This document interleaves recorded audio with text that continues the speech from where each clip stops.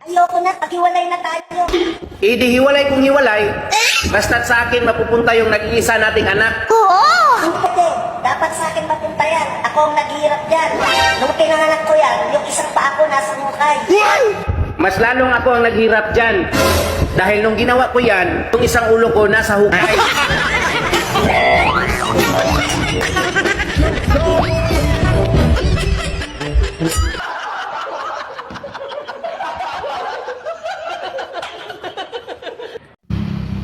Ano ang pambansang ipon ng Pilipinas? Nagsisimula sa letter A.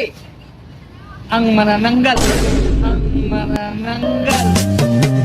Di ka man lang nag-isip, di ka man lang nagsika, pinabayaan mo ang iyong kinabukasan.